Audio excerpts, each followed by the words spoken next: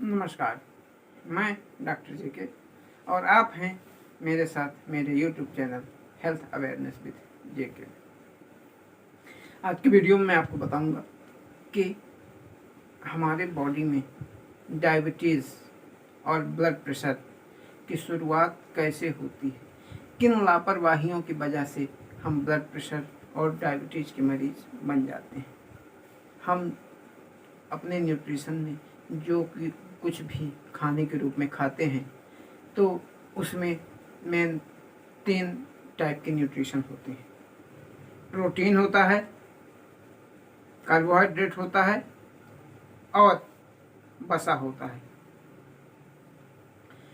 तो ये जब 3 न्यूट्रिशन हमारे डाइजेस्टिव सिस्टम में पहुंचते हैं तो प्रोटीन अमीनो एसिड में कन्वर्ट हो जाता है, वसा जो है वो फैट में कन्वर्ट हो जाता है तथा कार्बोहाइड्रेट जो है वो शुगर में कन्वर्ट हो जाता है। इस तरह ये तीनों न्यूट्रिशंस हमारे बॉडी में पहुंचने के बाद कन्वर्ट होते हैं। अब हम बचपन से लेके बड़े होने तक जो लापरवाही करते हैं तो कौन सी लापरवाही करते हैं? हम हाई कार्बोहाइड्रेट रिच डाइट का सेवन करते हैं, जिससे शुरू में तो नहीं समझ में आता, लेकिन वो कार्बोहाइड्रेट डाइट जब हमारे बॉडी में पहुंचती है, कार्बोहाइड्रेट क्या है? कार्बन, हाइड्रोजन और ऑक्सीजन का कंपाउंड, यानी जो कुछ हम खाते हैं और वो जाके शुगर में बदल जाए वो कार्बोहाइड्रेट है। तो जब हम कार्बोहाइड्रेट रिच डाइट लगातार लेते रहते हैं, यानी हमारे शरीर में शुगर की मात्रा बढ़ती जाती है, तो हमारा शरीर यंग रहता है, स्वस्थ रहता है। तो उस शुगर को यूज करने के लिए हमारा शरीर इंसुलिन हार्मोन का सिक्रेशन करता है, यानी हमारी पैंक्रियाज ग्रंथि से इंसुलिन हार्मोन निकलता है ताकि उस शुगर का यूटिलाइजेशन हो सके। क्योंकि जो शुगर बना और हमारे खून में दौड़ने लगा तो वो शुगर अपने आप सेल्स में नहीं पहुंचता, सेल्स उसका यूटिलाइजेशन नहीं कर पाती, उसके लिए एक कैरियर की ज़रूरत होती है और वो कैरियर है इंसुलिन हार्मोन्स। तो जितने ज़्यादा मीठा हमारे शरीर में आएगा, जितने ज़्यादा शुगर बनेगा कार्बोहाइड्रेट के द्वारा, उसको यूटिलाइज करने के लिए उतना ही ज़्यादा इंसुलिन हमारा शरीर सिक्रेट करेगा।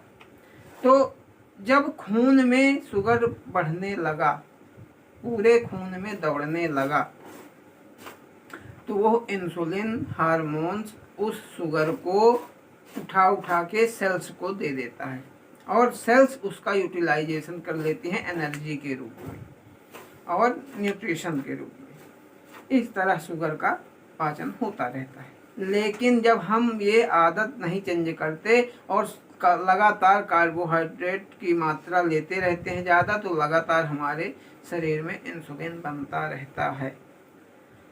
और ये प्रक्रिया 10 से 15 साल ऐसा होता है। जब इंसुलिन बहुत ज़्यादा हमारे शरीर में बन जाता है तो एक स्थिति आती है कि हमारी सेल्स जो हैं वो शुगर लेने से मना कर देती हैं। इंसुलिन को बोलते हैं कि अब हमको शुगर नहीं चाहिए, और जो सेल्स में शुगर स्टोर है वो सेल्स क्या करती हैं? उसको फैट रूप में कन्वर्ट करने लगती हैं, क्योंकि ब्लड वेसल्स के द्वारा शुगर और एनर्जी लीवर में भी जाती है। तो लीवर फैटी एसिड का निर्माण करता है, फैटी एसिड फैट का निर्माण करता है, तो हमारा शरीर मोटा तगड़ा हट्टा कट्टा हो जाता है और हमारा वजन बढ़ जाता है। तो ये जब 10-15 साल में शुगर से एनर्जी ले लेके सेल्स बड़ी हो गई, मोटी हो गई, तो फिर क्या होता है कि जब मना कर देते हैं इंसुलिन से कि अब हमको शुगर नहीं चाहिए, उसी कंडीशन को इंसुलिन रेजिस्टेंस बोलते हैं। यानी 10 से 15 साल में हमारा बॉडी, हमारा जो सिस्टम है वो इंसुलिन के प्रति रेजिस्टेंस बना लिया। यानी अब इंसुलिन निकल तो रहा है लेकिन सेल्स को शुगर नहीं दे पा रहा। जब सेल्स को शुगर नहीं दे पाएगा तो क्या होगा? वो शुगर हमारे शरीर में सर्कुलेटरी सिस्टम में यानी ब्लड में दौड़ता रहेगा, पूरे ब्लड में इधर उधर भटकता रहेगा, क्योंकि उसका यूटिलाइजेशन सेल्स नहीं कर रही है। लेकिन ऐसा नहीं है कि इंसुलिन निकलना बंद हो गया, इंसुलिन भी निकल रहा है, लेकिन रेजिस्टेंस की वजह से इंसुलिन अपना उपयोग नहीं कर पा रहा है। तो इंसुलिन और शुगर दोनों हमारे सर्कुलेशन में यानी ब्लड में भटक रहे हैं। ये हो गई डायबिटीज की शुरुआत, यानी खतरे की घंटी। अब आपको डायबिटीज नहीं है, फिर भी ये समझिए कि आपको 2-4 साल 5 साल बाद डायबिटीज होना ही है, यदि आपने इंसुलिन रेजिस्टेंस नहीं हटाया। इंसुलिन रेजिस्टेंस हटाने के लिए हमें हैवी एक्सरसाइज करना पड़ता है, वेट लिफ्टिंग करनी पड़ती है, तब इंसुलिन रेजिस्टेंस हट सकता है। अब आती है बारी ब्लड प्रेशर की। तो ये तो शुरुआत हो गई आपको कि हमारे बॉडी में शुगर कैसे स्टार्ट होता है। डायबिटिक होने के पहले की ये कंडीशन है, यदि हम डायबिटिक नहीं हैं तो ये स्थिति बनेगी, तब हमें डायबिटीज होगी। इसके बाद अब ब्लड प्रेशर की बात आती है। तो ब्लड प्रेशर कैसे होता है? मान लीजिए ब्लड प्रेशर है क्या, हमारे शरीर में जो भी जितना भी खून दौड़ता है वो ब्लड वेसल्स के द्वारा दौड़ता है, चलता है, यानी ब्लड वेसल्स, आर्टरी, वेन सब हमारे शरीर में जाल रूप में फैली रहती हैं, उसी के द्वारा खून एक स्थान से दूसरे स्थान जाता है। अब ब्लड प्रेशर क्या है? जैसे आपने देखा होगा कि सिंचाई के काम में मोटर पंप का उपयोग होता है और उसमें एक पाइप लगी रहती है। तो जब आप मोटर चला दोगे तो पाइप में पानी जाएगा, जब पानी जाएगा तो आप देखोगे कि यदि उस पाइप को आप दबाते हो, तो उसमें एक प्रेशर फील होता है। उसी तरह हमारे शरीर में जो वेसल्स जाती हैं उनसे ब्लड जाता है, और मोटर का काम क्या करता है? हमारा हार्ट जो है, हृदय है, वो मोटर का काम करता है, और पाइप का काम वेसल्स करती हैं। तो उन वेसल्स में दबाएंगे तो प्रेशर होगा, वही ब्लड प्रेशर होता है। तो ब्लड प्रेशर बढ़ने का मेन कारण क्या क्या है? या तो हमारे ब्लड की विस्कोसिटी बढ़ जाए, हमारे ब्लड का वॉल्यूम बढ़ जाए, या हमारी वेसल्स जो है वो टाइट हो जाएं, रिजिडिटी उनमें आ जाए, उनमें कुछ कचड़ा फंस जाए, वो मोटी हो जाए। तो ये कारण होता है ब्लड प्रेशर का, ब्लड प्रेशर बढ़ने का।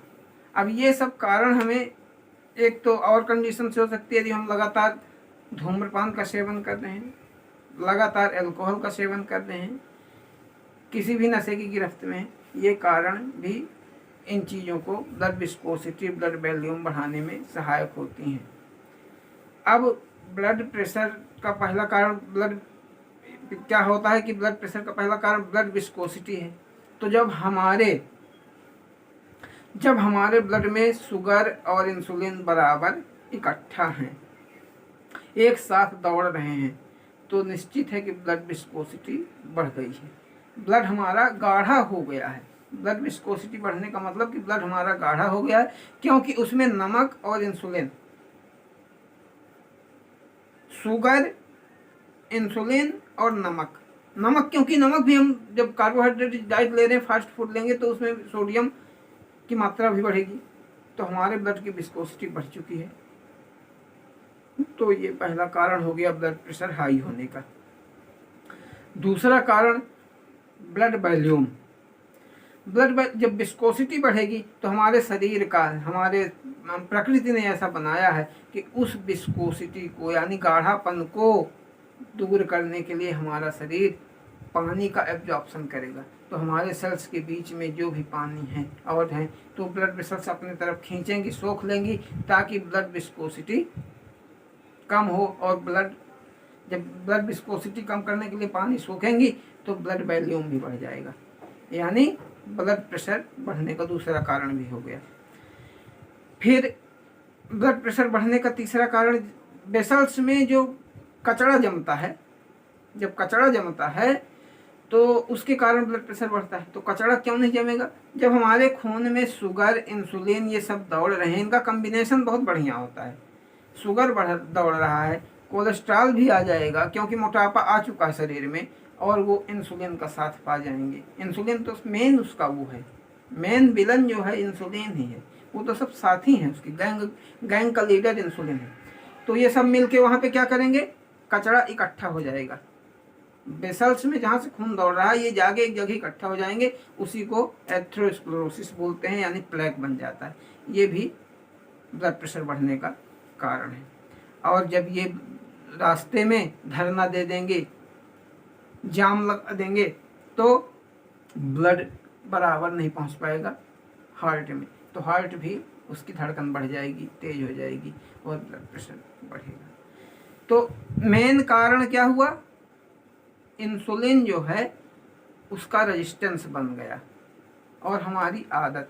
तो अब हम ब्लड प्रेशर हमको ना हो और शुगर डायबिटिक हम ना हो, इससे बचने के लिए क्या है, जिस कारण से ये हुआ है, हम कार्बोहाइड्रेट रिच डाइट लेते रह गए हैं, उसकी वजह से इंसुलिन रेजिस्टेंस बना है। इंसुलिन रेजिस्टेंस बनने की वजह से हमारा शरीर मोटा हो गया, ब्लड गाढ़ा हो गया, उसकी विस्कोसिटी बढ़ गई। तो इसको दूर करने के लिए क्या करें, इसको दूर करने के लिए सबसे सरल तरीका है कि हमें हाई ग्लाइसेमिक लोड जिन खाद्य पदार्थों में होता है उसको बंद कर देना है।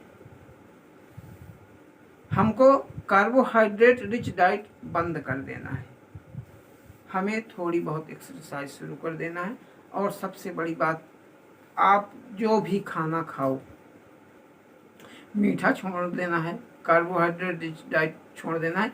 हमको अब क्या करना है, अभी तक तो हमने अपने शरीर को बर्बाद कर दिया, अब हमको शुगर से, अभी हम प्री डायबिटिक हुए हैं, इंसुलिन रेजिस्टेंस हुआ है, हमको डायबिटीज अभी हुआ नहीं है, ब्लड प्रेशर की शुरुआत हो रही है, इसलिए हम इसको घरेलू उपाय द्वारा बचा सकते हैं। तो घरेलू उपाय में सबसे पहला क्या है कि हम पहली बात तो नमक की मात्रा कम कर दें, यदि धूम्रपान कर रहे हैं उसको बंद कर दें, यदि ड्रिंक कर रहे हैं, एल्कोहल ले रहे हैं उसको बंद कर दें, और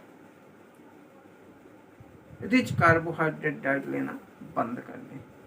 नमक हमारे ब्लड प्रेशर को बढ़ाता है, ब्लड की विस्कोसिटी को बढ़ाता है, विस्कोसिटी हमारी जो नमक की वजह से हाइपरटोनिक होती है ब्लड का नेचर, तो उसको वो करने के लिए वो वाटर का कंज्यूम करती है, वाटर सोखती है, इससे ब्लड वॉल्यूम भी बढ़ता है, इसलिए हमें नमक की मात्रा कम कर देनी चाहिए। अब इतना हो गया, इसके बाद यदि हम अपने आप को बचाना चाहते हैं कि हमको शुगर और ब्लड प्रेशर ना हो, तो हमें क्या करना चाहिए, सलाद की मात्रा खाने में बढ़ानी चाहिए। यानी हम जब भी खाना खाएं तो खाने से डबल मात्रा में हमको सलाद का सेवन करना चाहिए। यानी मूली हो गया, टमाटर हो गया, गाजर हो गया, चुकंदर हो गया, पालक हो गया, शिमला मिर्च हो गया, इन सब चीज़ों को हमको बारीक बारीक बारीक काट काट के यदि हमको एक प्लेट खाना है तो हमको 2 प्लेट सलाद खाना पड़ेगा। यदि सेहत बचानी है, सेहत को हमको ध्यान रखना है, स्वस्थ रहना है, तो करना पड़ेगा, नहीं फिर डॉक्टर के पास जाइए, भारी भरकम फीस दीजिए, इलाज कराइए और दवाइयाँ लीजिए। लेकिन यदि हमको अभी भी अपने स्वास्थ्य को बचाना है तो हमें हैवी वेट लिफ्टिंग एक्सरसाइज के साथ साथ सलाद का सेवन करना है।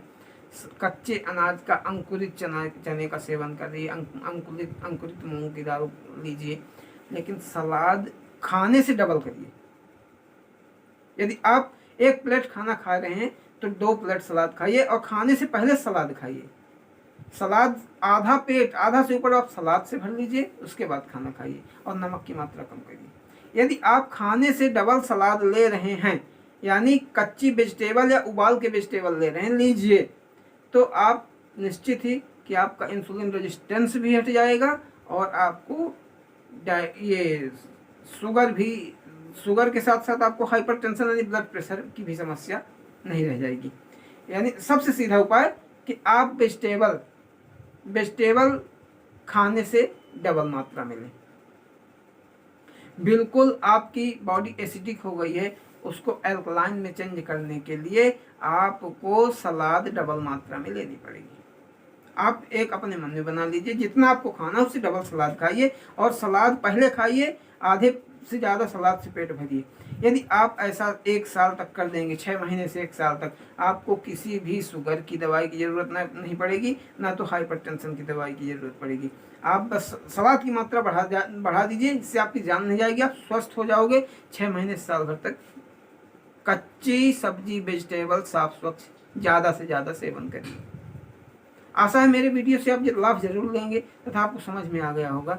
यदि मेरा वीडियो आपको पसंद आए तो लाइक कर, वीडियो को ज़्यादा से ज़्यादा शेयर करें तथा चैनल में पहली बार आए हैं तो मेरे चैनल को सब्सक्राइब जरूर कर दें। पूरा वीडियो देखने के लिए आपका बहुत बहुत धन्यवाद।